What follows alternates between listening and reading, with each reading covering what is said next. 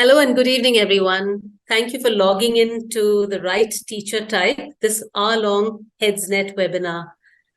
I'm delighted to have Dr. Shilpa Dattar as the speaker of the session. Shilpa is a psychologist and founder of Swayam Analytics. She received a PhD in psychology from RIE, which is the Regional Institute of Education, University of Mysore.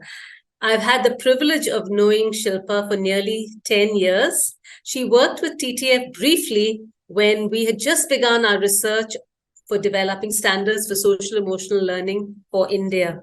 We wanted to dip into her deep understanding of Indian knowledge systems while we were exploring literature from across the world on social emotional learning. And that's how I got aware of Shilpa's research on developing a tool that combines contemporary psychometric methods and Vedic knowledge systems to assess personality. And I think this is something particularly relevant for all of us, especially all of you who are school leaders and senior staff members in schools. Since 2013 or so, when I first got to know Shilpa, her research has been peer reviewed internationally, and peer review is a very, very rigorous process. And the Swayam tool, which is her personality assessment tool, has been rigorously validated. She has written over 16 scientific papers on the subject, which has been published in international journals. Shilpa's tests are being used in multiple countries and have been found to be highly accurate in their assessment of human behavior, personality, and individual traits. They're also relevant for helping schools take decisions in terms of promoting teachers, giving them additional responsibilities, leadership roles, etc. Recently, and we also had we had to get the proof of the pudding, so to speak. So recently, several TTF staff undertook the self-assessment, and they found the questions interesting and reflective. Each team member received a personal report, and I, as the director of Teacher Foundation, got a consolidated employee analysis report of the team. The report is very comprehensive and provides a comparative insight into team members' professional, personal, and people competencies. And I think this is particularly relevant for all of you who have joined us on this webinar. This helps us identify our collective strength, collective growth areas, as well as individual strengths and individual growth areas. So it works both ways. It helps individual teachers, it helps the school collectively also. Currently, the Teacher Foundation is planning to collaborate exclusively with Swayam Analytics to roll out these assessments for educators and teachers across the country. The cost of these assessments depend on bulk orders and annual subscriptions from schools. But let's hear about these tests from Shilpa herself. Shilpa, a very warm welcome on behalf of the Teacher Foundation and all of us who are gathered here to understand the research that you've done and understand what the tool can actually, how the tool would be beneficial for all of us. Over to you. Thank you so much, Maya. That was such a wonderful and warm welcome for me. Thank you so much. And it's a pleasure and an absolute honor to be here today to talk to you and your team, as well as the entire audience, the august audience that are gathered here today, consisting of teachers and head teachers. You know, it's simply amazing to interact with all of you. Thank you so much for this. So, I just want to start off with a little bit of the background as to, how this started. And it's a personal story as well, actual happening that happened. So in about 97, 98, I have two children and my son was identified as being dyslexic. And the school that he was studying in wanted us to move him out to a special needs school. And I was against that because I'm sure all of us know that in India, especially if a child is moved into a special needs school, a special school, then they don't have access to a good education, higher education, or even a good career. So he continued in the same school while I started working in a special needs school myself to understand what dyslexia is all about. So in 97, 98, I'm sure you all know that Google was not so big, and getting access to research out textbooks meant that you had to go to a university, sit there, get permission first to go to a university, sit there, read, and understand what it is. in spite of doing all that, I could hardly find any information about dyslexia.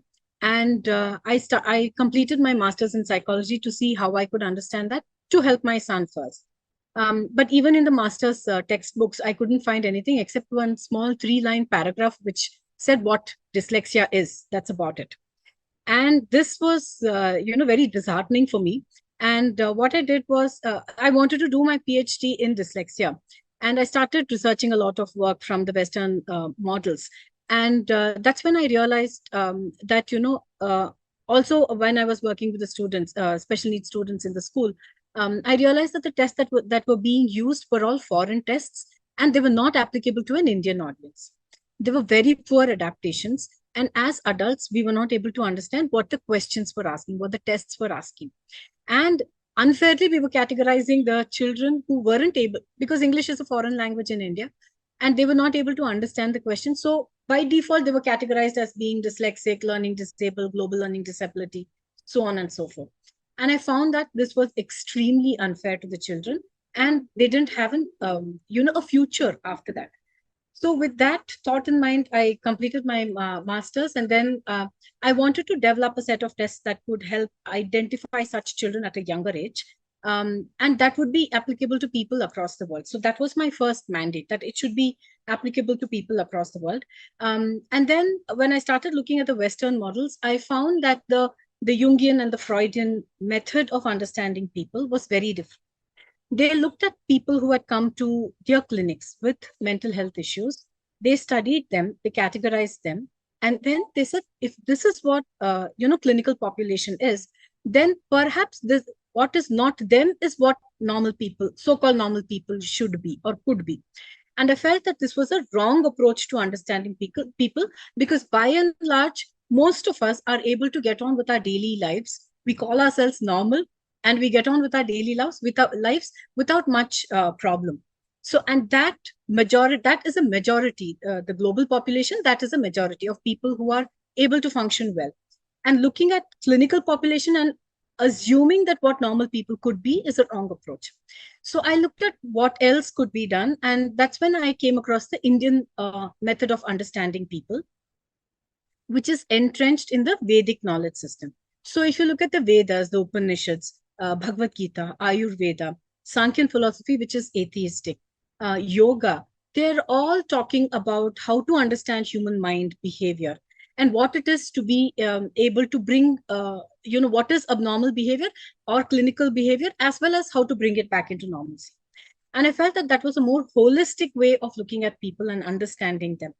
And the 5-element theory, the Panchamahabhutas, Akasha, Vayu, Agni, Up, and Prithvi, they comprise the human entire world as well as the entire universe. So I'm sure all of you are following astronomy, and all of you must have heard all these astronomers talking about how all of us are bits of stardust. And that reinforced my thought about how this is applicable to people across the world in varying permutations and combinations. And that's where my journey started. And I went on to do my PhD from RAE Mysore University.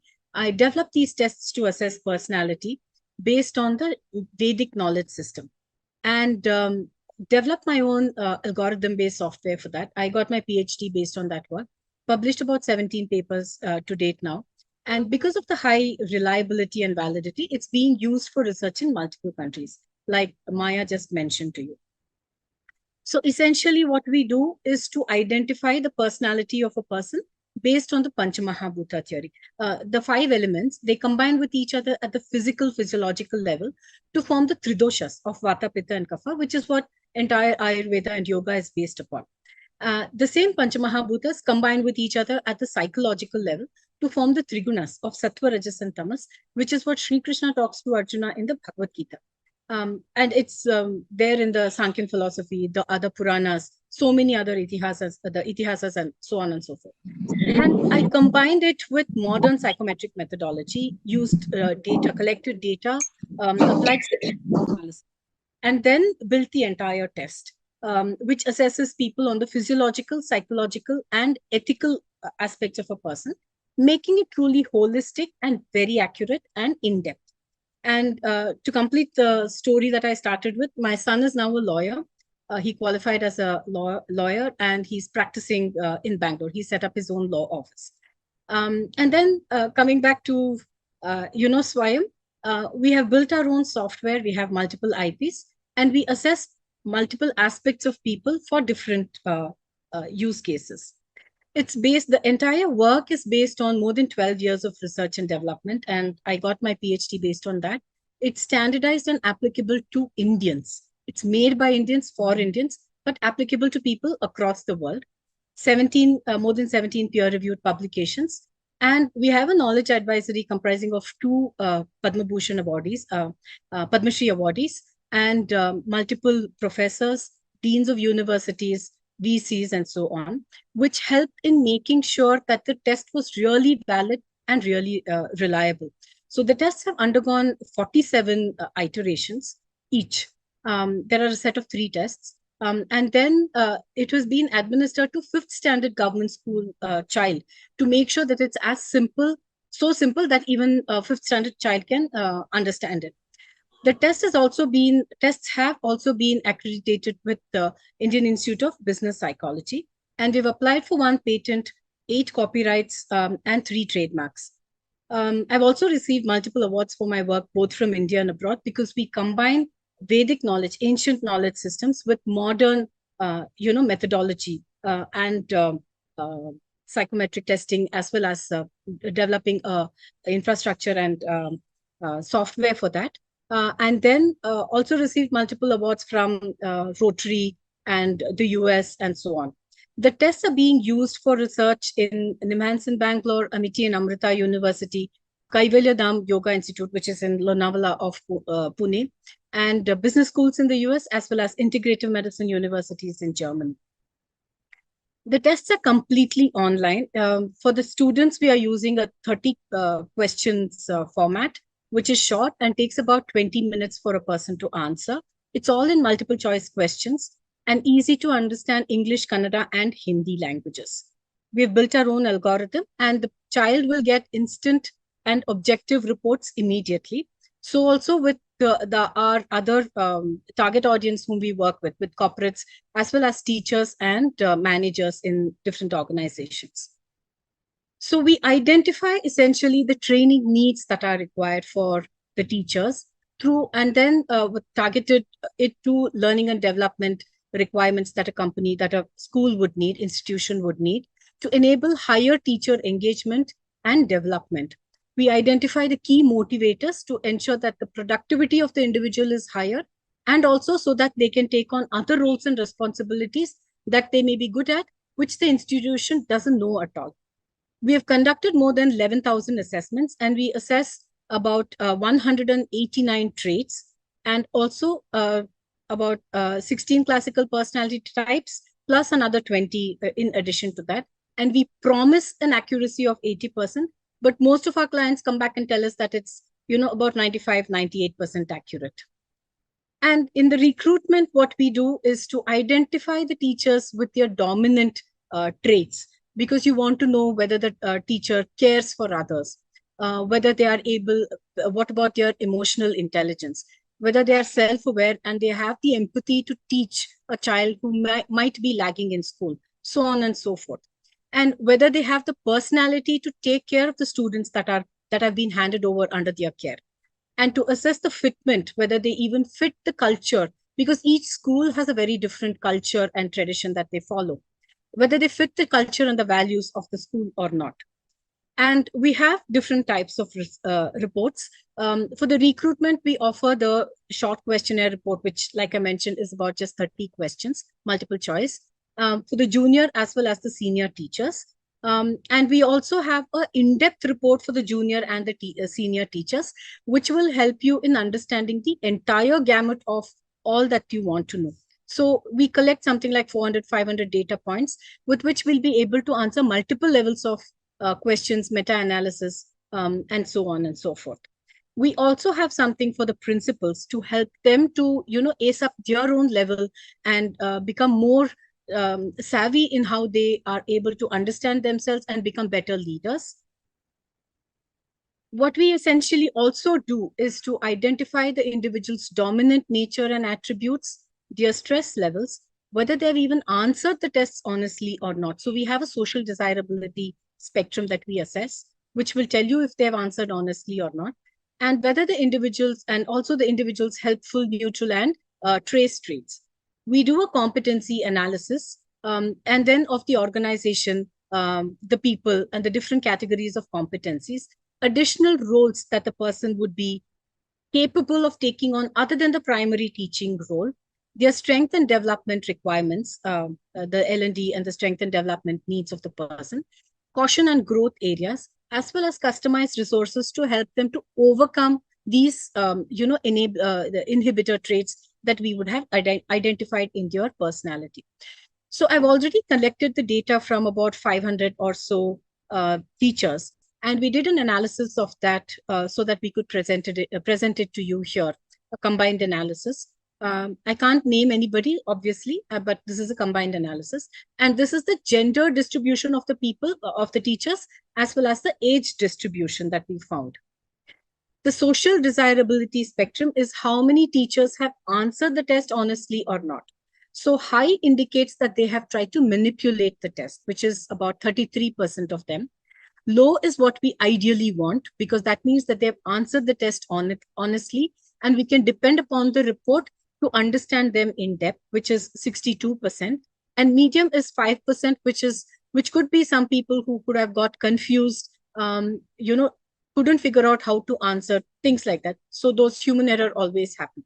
So we are able to identify all the different categories. And we also identify the stress levels in the teachers, because that's extremely important to know. Many times what happens is that the teacher might not even show that they are under stress, but then their behavior with children, their behavior with their peers changes because of the stress that they are constantly facing. And we found that 20% of the teachers, which is a significantly large number, is under tremendous amount of stress without access to good systems to overcome that. And this could lead to a lot of issues. And I'm sure every school would want to take some, step towards helping these teachers to reduce their stress or help them cope with it. We also notice the physiological combination in the people. And if you see here, we have different categories. So creative, logical, creative, methodical, and methodical, logical are the different categories that we found.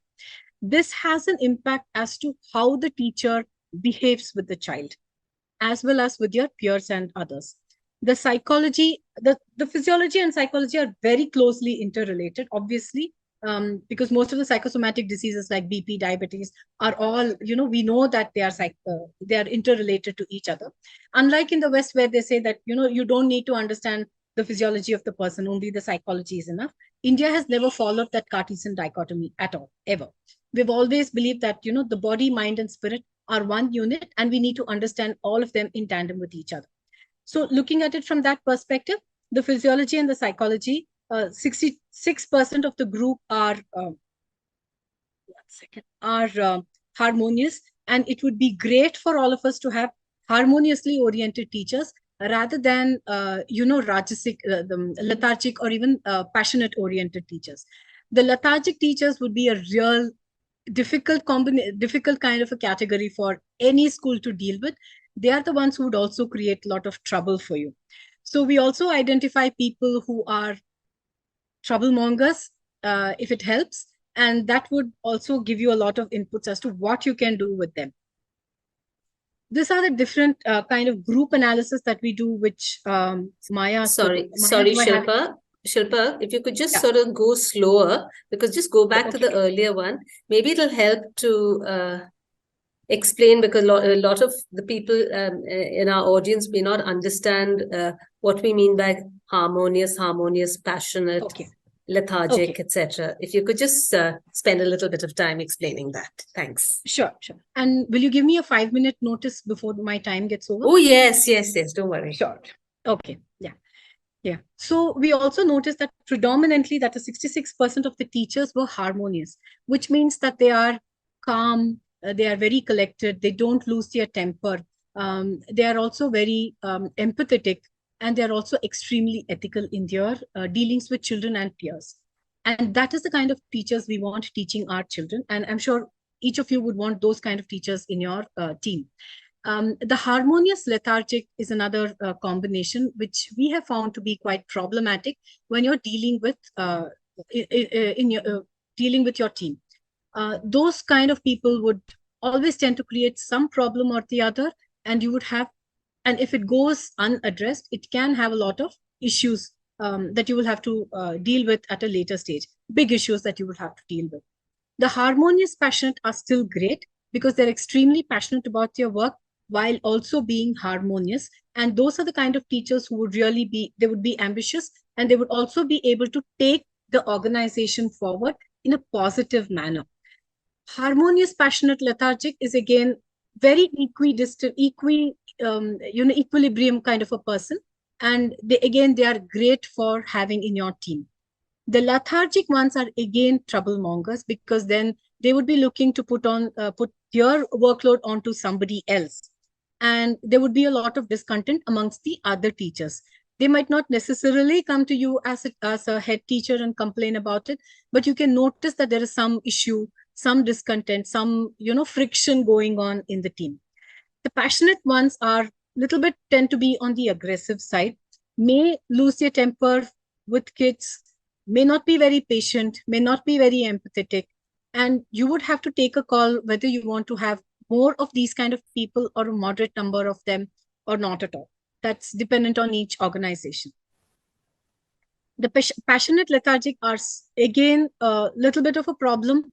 You might not want to have them also, because there again, you would see that, there's a lot of anger issues with those kind of people, a lot of depression issues, and a lot of negative moods and feelings that they come out with.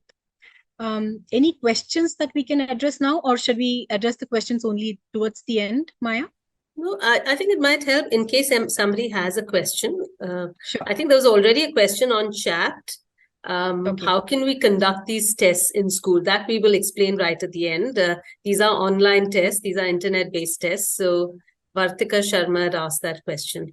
I was just thinking it might be useful for you to also talk about, what each of these physiology groups are about: methodical versus logical, logical creative versus creative, and methodical logical. Because you have individual group, titles and names as well as combinations. So it would be good for the audience to understand that. Sure. So creative kind of teachers are ideally who would be able to think out of the box, come out with different kinds of explanations to help children understand, any concept. They would also be very, creative in problem solving, and also be able to teach children in the way that they need to be taught. The logical ones are extremely, logical. That is exactly what they are. And they're also very passionate about what they want to teach and how they teach it to the children. They might not be very creative, but at the same time, in their area, they would be creative, and they will be able to communicate very effectively. They are good leaders, and they will be able to bring the school children together and take them forward to the position that they want them to give them the necessary tools, tricks of the trade, equipment, anything that is needed for children to ace their exams, to do well. They'll be able to provide all that. The logical creative is a combination of these two. They can bring out the best in the person in the person, as well. Also, it will have some negative qualities, but those are generally tend to be on the lower end of the spectrum, the negative qualities, I mean. So the positive aspect is that the logical creative would be great to have, because they're extremely creative and very logical when they are communicating with the children without, untoward instances and so on. The methodical is one who will stick to the book, stick to the rule book, and do exactly what is there and not jump out of that 1 inch. So those are the kind of people you might want to get for your administration, your accounts, things like that. And that would be really beneficial for you. So they will stick to each and every rule that is there. And they pay a lot of attention to the small details of any work that needs to be done. Not very great at teaching. They're a little slow, but still good teachers. If you are looking at from the teaching perspective, but excellent at administration, really excellent. The methodical logical is the combination of the methodical and the logical. And that would again mean that you have a good candidate who would do well in studies, in teaching, sorry, and who would also be a little slow, but they would still not compromise on becoming so slow that, they're not able to complete the portions. No problem with them losing their temper and any untoward incidences in school. No such things with these kind of people. Can I go ahead to the next slide, or any Yes, question? there's a question here from Sumati Venugopalan, who says, why are passionate teachers not useful to the organization? I don't think, Shilpa, you said passionate teachers are not useful. No, I didn't say that. But I think the way we colloquially understand passionate teachers and the way your tool interprets passionate teachers would be different. So maybe you can explain that. Yeah. Passion is just, something. I'm very passionate about my work, but that doesn't mean I'm not good for the organization. In fact, I would be very good for my organization, because even if the head teacher is not there, I'll be able to take her role and do excellent in presenting the organization in front of the public. So passionate teachers are really good. I'm not saying that they're not good at all. They would be excellent. And in fact, these analysis, like Maya mentioned, would also help you to identify what kind of teachers you want to be in higher positions, like your school coordinator, or, somebody who's speaking to the external, set of public, or other agencies. Whom do you want to represent the school over there? So this will help you to identify all those kind of traits and characteristics that are needed, which the person should have or shouldn't have. So passionate teaching is extremely good. I'm not saying it's bad at all. The only problem is with what I said is on the right side is with harmonious lethargic. That would be a little bit of a problem. That and the lethargic teachers would create the problem, not any of the others. I hope that answers your question, ma'am. So just reiterating, passion along with lethargic, that combination can lead to conflicts. No, not passion. No, harmonious along with lethargy. Okay. What about passionate with lethargic? Passionate with lethargic also, they pull the person down. So that's also difficult. They are the ones who might lose their temper, have a lot of temper issues, aggression, things like that. Harmonious lethargic is dangerous. I would say really dangerous. So we may come back to it. You can carry on, Shilpa. Sure. And friends, please put your questions on chat. Yeah. So the group analysis that we do, it's a detailed 15-20 page analysis that we would give to the head of the institution. And in that, we will be giving, I took it from another report because I couldn't share, there were some names in the teacher report. So I've shared this. So the physiological nature of the person, of the team, and then, the dominant nature types, the self-competency, how they have performed, the professional competency, how they have performed, people interactions, and then different business competencies and so on. So we give a detailed analysis like this, and this will lead to identifying which are the competencies that your team is lacking in. Can anyone tell me what this HML could mean?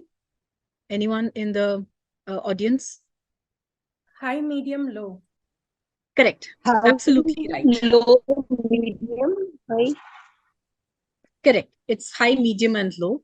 So if you see, obviously the names have been blacked out.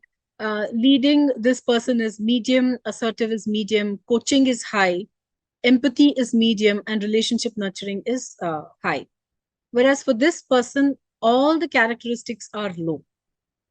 So they would need a lot more training, development, things like that, for them to reach to at least a medium level where they can independently teach and integrate, interact with students and peers in a comparable level. Ideally, we want more high and preferably, and at least medium, but not too many lows. 1 or 2 lows in a person, obviously it's normal. But if everything is low, then we want to see whether it's really worth it to have the person, not have the person. What else can we do to improve them? Things like that. And that's where I think TTF comes in with your multiple modules where they can, give a really good teaching as well as training modules. So there are two ways of looking at it, isn't it, Shilpa? One is when you haven't yet taken the person on. You can Correct. get them to do the test, and then based on the test and based on how they're performing under people competency in this analysis, and you get this grid, you can take a call on whether this individual teacher would be the right fit. Having said that, there could be teachers you've already employed, and you want to once you've employed, you can't. I definitely don't recommend them being thrown out. I think it's important to, because they're your teachers. It's important to actually develop them, identify their areas for growth, and then develop them. And this sort of a grid helps school leaders identify more accurately. Yeah. I think there are a lot of other questions also. Sorry, somebody else had a question, I think. But I'm just going to read out some of the questions, Shilpa, because you won't be able to see. We have Gayatri B, who's asked how to work with teachers who came in to the profession by chance and not by choice. Maybe that's where the test can actually help you sift out. But here's another question, Usha Shenoy. She says, can you please elaborate and give examples of how harmonious lethargic can be dangerous? That is a question I can do one-on-one, but not on a public forum, unfortunately. Yes, I understand. Yeah. And just for everybody else's, information, we at TTF, we went through the tests ourselves. So because we want to test it out for ourselves to see, is this really relevant? And we found it actually very accurate. The questions are simple to answer, but the overall analysis is, one, it's very prompt, and secondly, it also is very accurate. We found that very, useful for our own organization. Yeah, over to you. Thank you for that vote of confidence, Maya. Yeah. You carry on, Shilpa. Sure. Yeah. So this is another, table that I pulled out. It shows how ambition is one, emotional resilience of the person. We can't see the change. Okay. You may have to share it again. That's why. Now, can you see? Yes, self-competency analysis. Yes. Yeah. So we assess the ambition of the person, of the team. And then that's how, the analysis was done. And then the emotional resilience. We need teachers who are emotionally resilient, who have an inclination to learn, because learning, everyday knowledge is increasing today, especially in today's day and age. Knowledge is increasing, and how we interpret it, how we are able to apply that knowledge in our daily life is also increasing. So independent in thinking, in acting, in behaving, learning inclination, and stress tolerance, something that is so critical for teachers. And optimism. If I'm not optimistic about who I am, what I am doing, that's definitely going to reflect on the children who are under my guidance. And we don't want that kind of pessimism to coming into our children. So this is some of the customer feedback that we have had, that it's more than 80% accurate. And then it reduces cost in hiring, because we give the perfect job fit, whether, the person will fit the organization or not. It's unbiased because we don't even meet the person. They're all taking online assessments, so we don't know who the person is, but still the analysis is accurate. And it's a complete data-driven approach. It's not at all, subjective. It's completely objective and a data-driven approach. And some of the head teachers have said that, I can take accurate decisions with confidence based on these reports, which was a huge, plus point for us.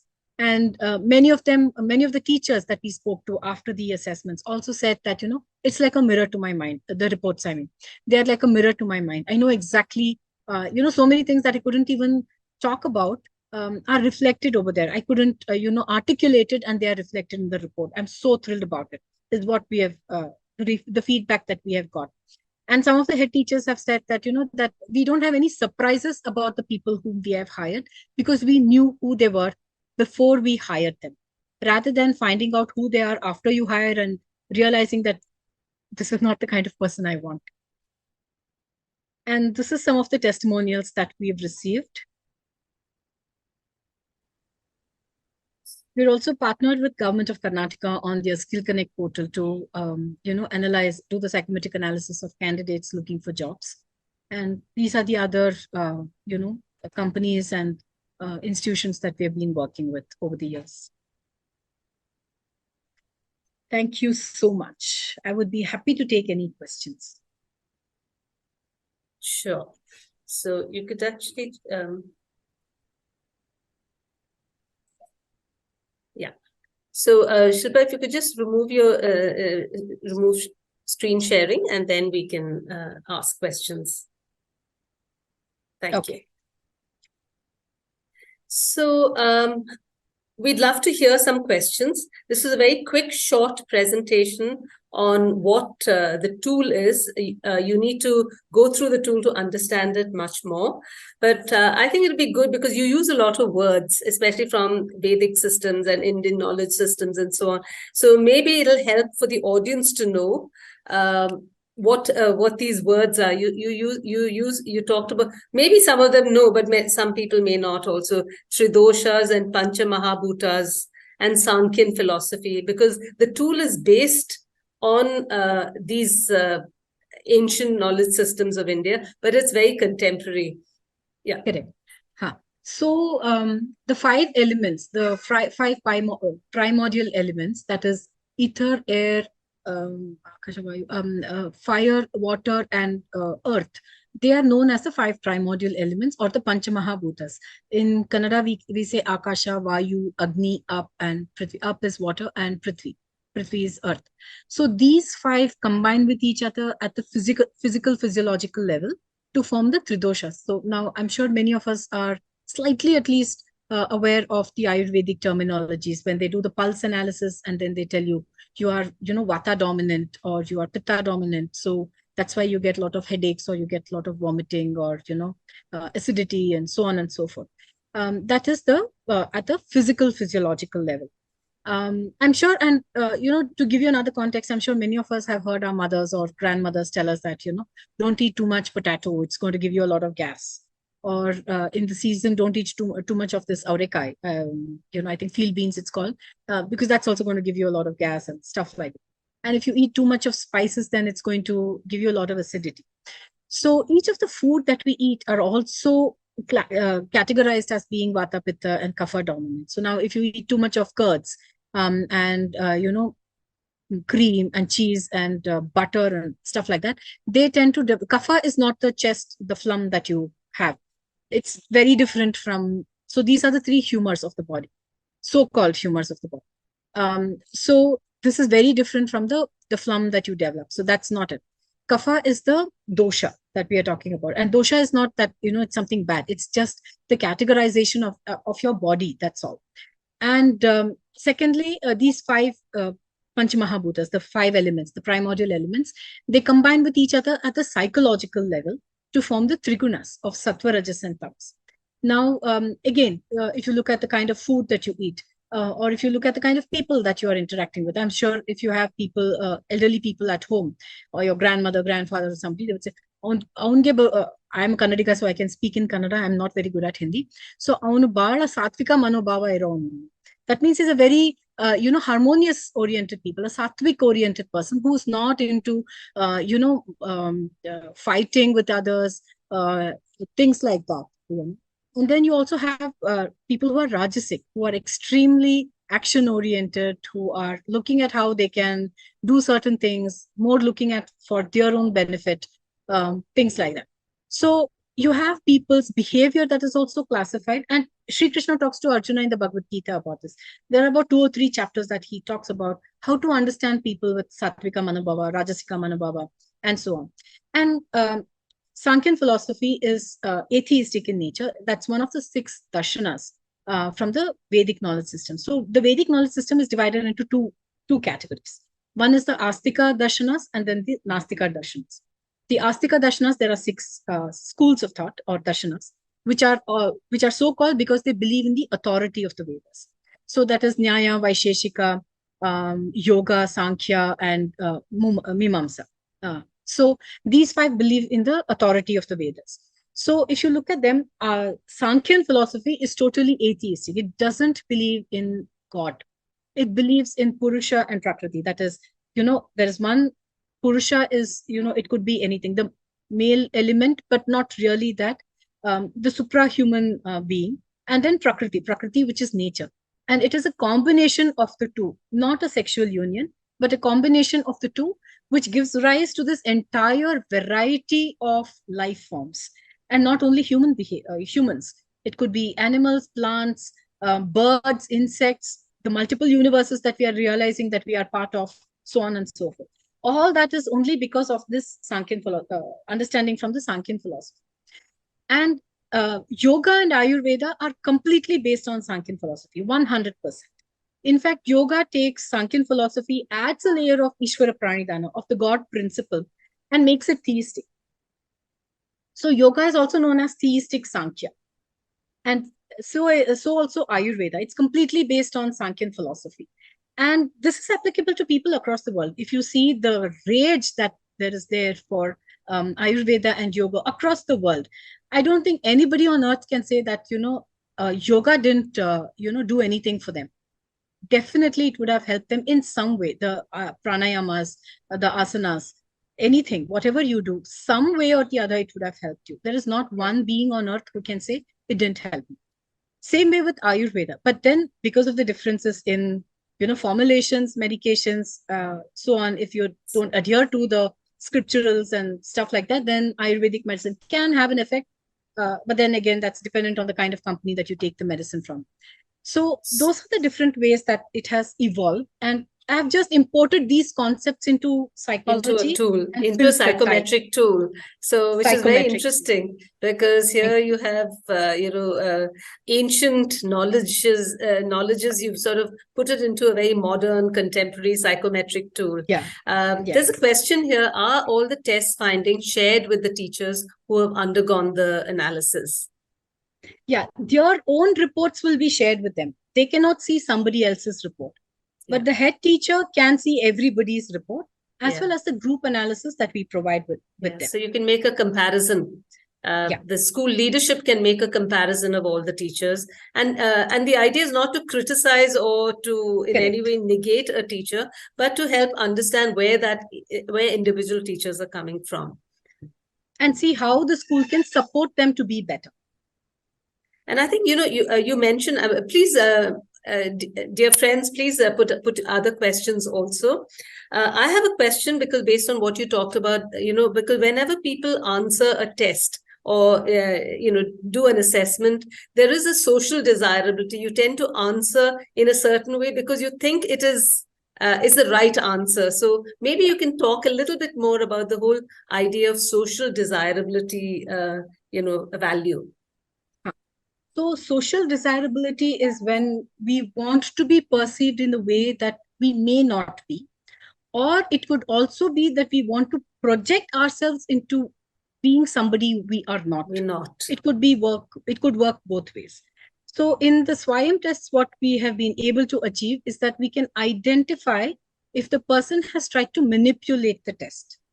Have they given socially desirable answers to show themselves to be something they are not? So we identify that, and that comes out as being high. If it is high, that the person has not given proper answers. They've not been honest while answering, and they may have to retake the assessment again at some point of time. Or that is once they're inside the organization. But if you're trying to recruit somebody, then you might want to reconsider if you want to hire somebody who's trying to hide something about themselves. Yeah. So what's the value, what's the percentage of people, in your opinion and in your experience, who tend to answer, from a socially desirable perspective rather than authentic and honest perspectives? I think about 7 to 8% easily in any group we find. Yeah, but it's not necessarily high, which is good, which means that the tool will be able to distinguish people who are answering the tool honestly from people who are, putting on an act and answering the tool. Correct. And then we have at least about 3-4% of people who are confused, which is also a quite normal human behavior. Yeah. And then once you have one round of interaction with them, you know where they lay. And then you can inform the principal, or the principal themselves can speak to the person and find out, where the issue has been. And they know which direction the person lays. And that would be a great way for them to know also. And the rest of the people, generally, we see that they answer quite honestly. They're quite intrigued by knowing themselves, because all of us want to know more about ourselves. And if somebody is able to give this kind of in-depth, accurate analysis, it's many times people have come back to me and said, this is like astrology, I know exactly what I should do. Yeah. Any questions? Anybody who'd like to switch on their mics and ask? We'd be happy to have Shilpa answer the question. Any doubts? Maya and Shilpa, Yes. Stella has made an interesting comment that, she said that, we hope the teachers are able to improve, on their challenges after, this test, and not, suffer from low self-esteem. So, would you both want to share how that is supposed to be handled, when there are challenges and, thrown up by the test for teachers? Yeah. Shall I go first, Maya? Of course. No, it's your floor. Thank you. So I don't think there's any necessity at all, that opportunity at all wouldn't come for any teacher to feel, less about themselves, because they don't have access to somebody else's report for them to compare it with. That's the first point. Second point is anybody, at least once they've reached the age of about 25, 28, they are already a little aware as to what their strengths are and what your weaknesses are, even if they're not able to articulate it as well. So if somebody is able to provide them with an in-depth analysis saying that this is where you lack and you need to do this, so that you can improve, I think that's a very positive way to look at it rather than negative. Exactly. And I thought from the tests that we took, all of us, and individual tests as well as the group thing, I think the entire wording, the analysis was very developmental. It was not criticizing. It was not demeaning anybody. So I think that's something any psychometric tool would be, and any psychologist using such tools would be careful of. The idea is not to decimate or hurt anybody's sense of self-esteem. The whole idea is to be useful and constructive. So I didn't think it would in any way affect people's self-esteem. It helps you recognize, okay, these are areas that I'm medium in or high in, and these are some areas where I need to improve, and I'm still at this point of time rather low. I think that's the way the test analysis report comes to you. Correct. Yeah. That's the intention. Absolutely, that's the intention. Exactly. Yeah. The intention would not be to in any way damage anybody's self-esteem or self-worth. But it's just that a lot of times schools struggle to identify right teachers and then to hold on to those teachers. And I think a psychometric test, which is homegrown, but which is, sort of stood the test of very intense international peer review. I think it's a great way in which schools can recruit the right teachers and then also develop teachers who they've already recruited, develop them into the kind of competent professionals that you would you want them to be. Correct. And additionally, we identified their stress levels also, right? So that also, is very important, because we don't want stressed out teachers in the school, right? School authorities wouldn't want that, children wouldn't want that, and your peers also wouldn't want that. So this will also help the school identify those teachers and see how they can help them improve their stress levels, give them different, means and tasks that they could reduce that, counseling perhaps, because every school has a counselor on board. So I'm sure a lot of things could be taken, which would help in retaining of good talent. Exactly. Yeah. Sangamitra Basu has a question here, Shilpa. Could we discuss a few sample questions to understand this better? Sure. So I'll just give you some from the top of my head. So some of the sample questions are how, often I get angry, Do I get angry very fast and cool down very fast? What is the kind of food I like to eat? How much sleep do I need every day? Am I happy with just 4 to 6 hours of sleep? Do I need at least 8 hours of sleep, or do I need more than 8 to 10 hours of sleep a day for me to feel fresh? And what kind of books do I like to read? What kind of games I like to play? So those are some of the questions that we have put in. It's very simple. So they seem almost sort of overly simple questions, and from that you're able to analyze. Yeah. Because behind the questions, there's a huge amount of matrix that we have built. A complete algorithm and a matrix that we have built, because each question leads to something else, and so many things are there. That's how we are able to get those kind of revelations about a person, interpretations and insight. Yeah. And also combinations of questions are then analyzed. It's not that individual questions are analyzed. No. Yeah. It's not A is equal to B. It's always A, B, C, D, and so many other things is equal to something else. Absolutely. Yeah, I have a question which maybe others have. You talked about dominant attributes and nature. So maybe you can just sort of speak a little bit about that. Yeah. So dominant nature, when I say, it's again about the tridosha aspect, the combinations of that. So you have vata, you have pitta, and then you have kapha. Those are the main three, and then you have combinations of them. It could be vata pitta, pitta vata, pitta kapha, kapha vata, so many things. So we have identified 10 of those combinations. And each of them give rise to different kinds of behavior and personalities. In the same way, the attribute also, the psychological attribute, that is the sattva, rajas, and tamas. There are three, but then, you have combinations, sattva, rajas, rajas, sattva, sattva, tamas, rajas, tamas, like that. And those are also, we have identified 10. So these 10 and these 10, they're always interacting with each other. And that gives rise to so many different types of human behavior. Yeah. We have two questions here. Gayatri B again. She a lot of questions. How to bring a healthy competition between senior teachers and new joiners?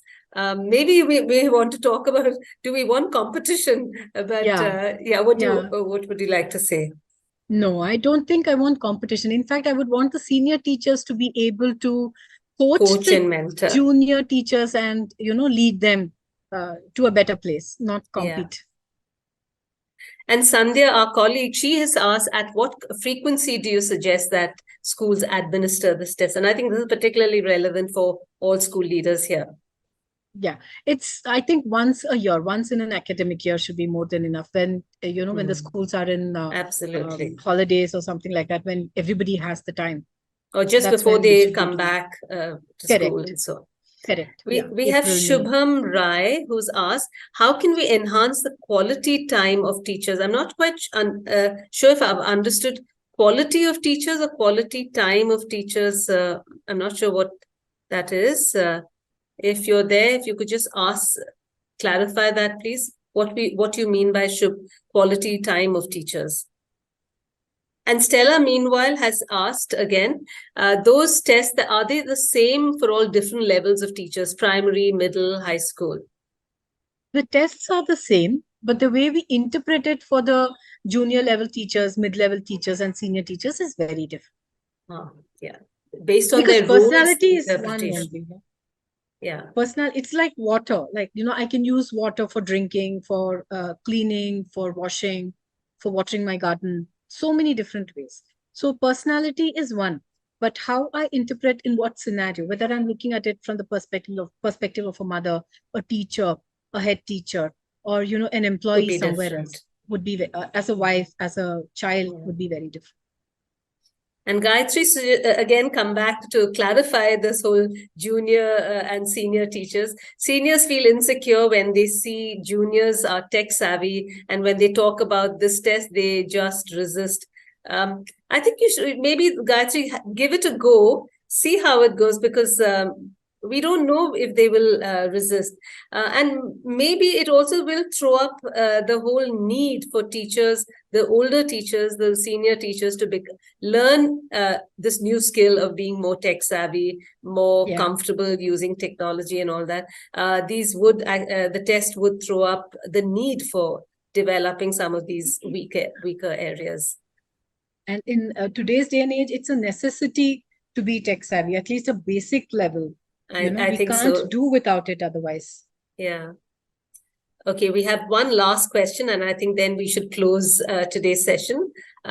Could a teacher's state of mind while taking the test influence results? I think this is a great question from Sandhya again. It could be that certain circumstances like exams or a bad class or a bad day at home or at school could affect the teacher. Yeah, it does. It does. And our tests are very sensitive, and they pick that up, which is why we have given detailed, instructions at the beginning of each and every test, where we request the person to think about how they have been feeling over the last 6 months before they answer, but not to think too deeply about the different combinations. But we want them to answer, like if I'm asking them, do you have a headache, or, do you feel sick or something like that? Then we want them to answer not of today or yesterday, but over the last 6 months, have they been feeling in that way? Yeah. That's one aspect. The second aspect is that we always request anybody who answers our test, to do it first thing in the morning, after they've had completed their morning routine and then had breakfast, before they set out to their jobs, because that's when the mind is peaceful, and then the most exact answers will come at that point of time. And that is what is most dependable, and we can give the best interpretation at that point of time. Okay, there are a couple more questions, and then we really have to close. Sumati has asked again, is it really possible to bring about changes, however small they may be, in our personality with the feedback from the tests? Yes, it needs a lot of willpower from my side as the test taker, and will to want to become better, as well as the necessity or the requirement for it. Because if I know that I need to be more calmer rather than losing my temper, and that's a requirement for all of us. Just giving you a simple example. So then I will make efforts to try and see how I can, calm myself down. It's an ongoing process. It's not going to happen overnight, but then at least we are on the track. It's definitely required, and it will happen. Yeah. And again, Monila, our colleague, she says, how can the test guide the heads in identifying teachers' professional development needs? And I think this is the very last question. We have 1 minute to go. Sure. That is the whole, when we do the group analysis and we present it to the principal, that's exactly how they will get to know. They get the all the teachers and all the administrative staff, whoever have taken the test, their entire, personality is decoded and given to the head teacher, where they will come to know what kind of training, what kind of developmental requirements are there, and they'll be able to plan accordingly to give them that kind of support through the school. Shilpa, thank you so much. We really have to end. There are some more questions coming in. Suchitra, Usha, thank you so much, everybody, all the 88, 89 teachers who were part of this webinar. Thank you so much. Schools need to definitely identify and recruit teachers who are the right fit for their institutions, besides enabling and developing existing teachers to assume new roles, additional responsibilities, etc. And I can truly endorse that the Swayam tool is just the right tool. Otherwise, we wouldn't be having this webinar with Shilpa. Do get in touch with us if you're interested in, undertaking the test for your teachers and for you yourself. We are going to be having another webinar on the 1st of September. Rashmi, just correct me if I'm wrong. So we will be sending out some more, details about that. There is a feedback form which is also on chat. Do fill up the feedback form before you log off.